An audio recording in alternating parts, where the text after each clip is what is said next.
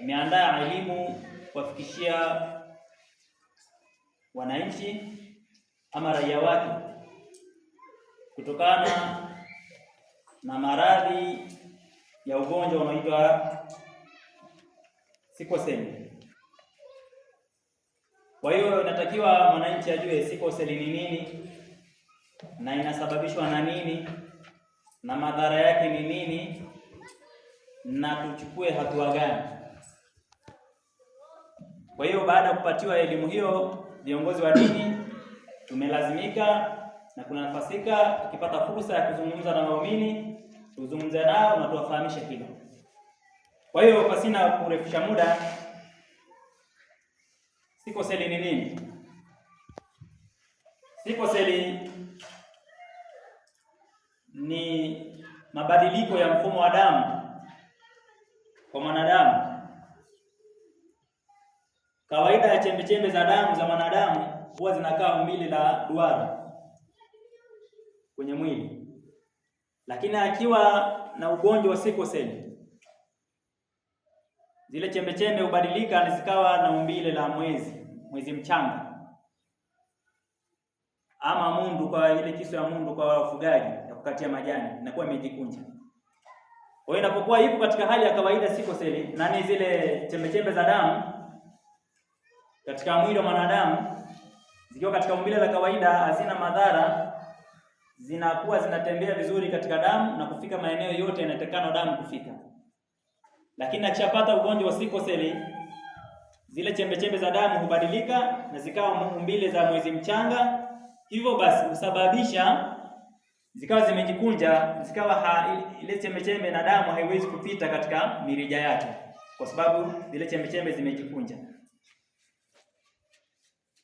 Kwa hiyo ambaye hiyo haihitaji maelezo sana, ila kwa ufupi ni hivyo. Lakini tunaambiwa sickle cell husababishwa na nini? Sickle cell husababishwa, yani sickle cell ni ugonjwa wa kurithi kutoka wazazi wawili, baba na mama. Na kitaalamu waliposema madaktari kwamba mtu mwenye vinasaba vya sickle cell, mwanaume ana 50% na mwanamke ana vinasaba vya kusababisha ugonjwa wa sickle cell 50%. Hivyo basi mgonjwa wa sickle cell huwa anarithi kwa wazazi wake wawili, kwa maana atazaliwa na ule ugonjwa wa sickle cell.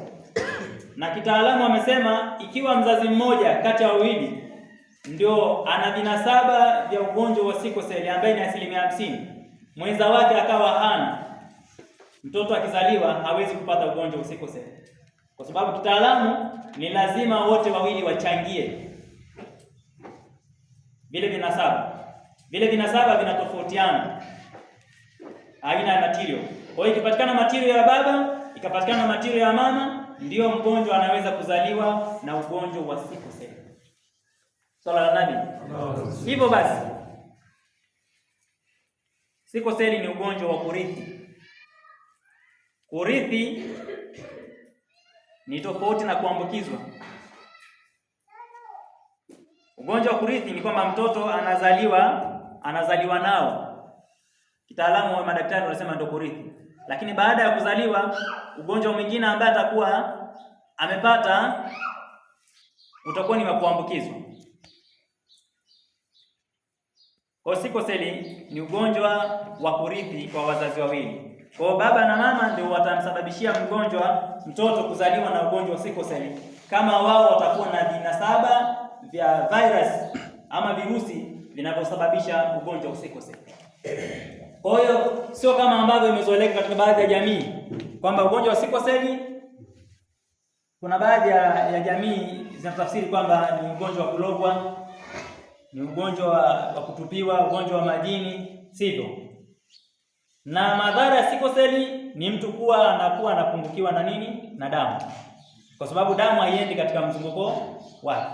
Utaratibu Mungu alitengeneza maumbile ya mwanadamu, kuna mali damu inachafuka na inasafishwa kupitia huo mwili. Sasa ikiwa kwamba ana ugonjwa wa sickle cell, kama tulivyosema, vile vichembe vya seli ya damu vitakuwa vimejikunja, kwa damu haizunguki kawaida. Kwa hiyo pale panapohitajika kusafishwa haisafishwi, inakuwa anapata madhara. Kwa hiyo baadaye inapelekea damu kupungua. Sasa inatakikana apeleke hospitalini akaongezewe nini?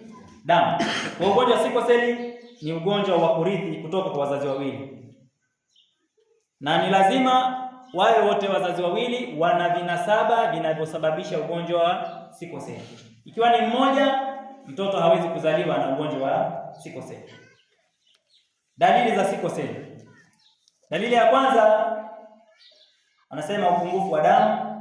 Hiyo ni dalili ya kwanza. Dalili ya pili, maumivu makali ya mwili. Mtu kupatwa na maumivu makali ya mwili.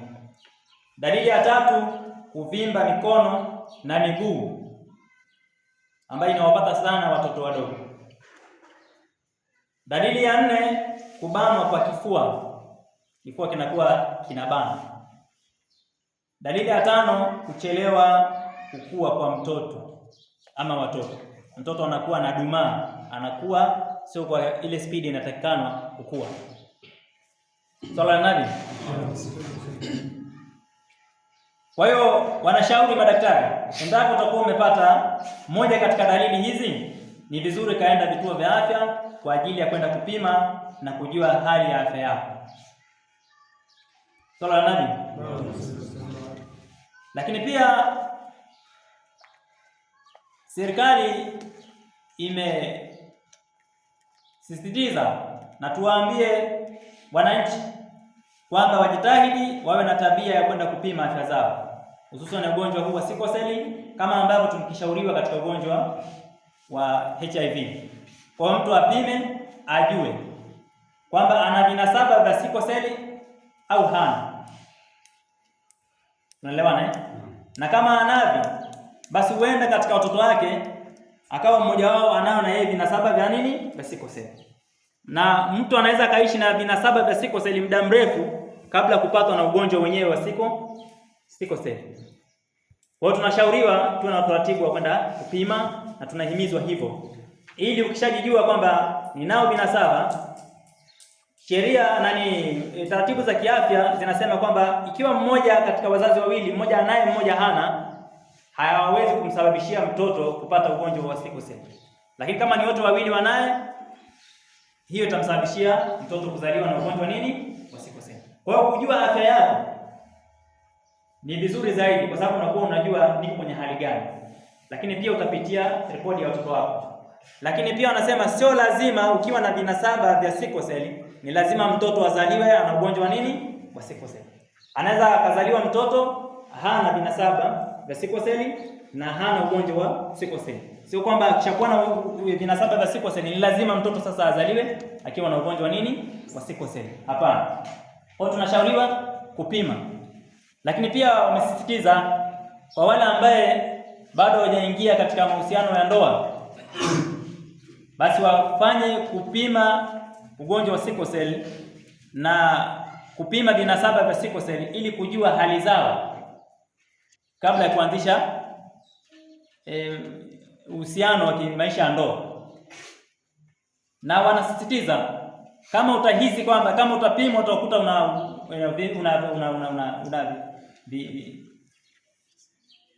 vinasaba vinavyosababisha sickle cell, wewe baba, na mwenza wako akapimwa akakutwa anavyo, wanasema kwamba ni vizuri kuchukua maamuzi ya busara, lile jambo likawa limeahirishwa. Kwa sababu gani? Madhara ni makubwa kuliko unavyotarajia. Kwa mfano, mtoto mwenye ugonjwa wa sickle cell mara kwa mara upelekwe hospitalini kwa ajili ya kuongezewa damu. Pale unatumia fedha na kwa uchumi wetu ulivyo. Lakini pia wanasema matibabu ya mgonjwa wa sickle cell yana gharimu milioni 75 mpaka 100 kwa hospitali zetu za Tanzania. Kwa lao ukajua kwamba mimi na vinasaba vya sickle cell na mwenza wangu ana vinasaba vya sickle cell, ikatumika busara ya kuahirisha lile jambo, ukamtafuta mwenza wako mwingine ambaye yeye hana vinasaba vya sickle cell vinavyosababisha ugonjwa wa sickle cell, yaani mmoja akawa hana, ndio wanakushauri hivyo, madaktari na ndio usalama zaidi. Sala la Nabii.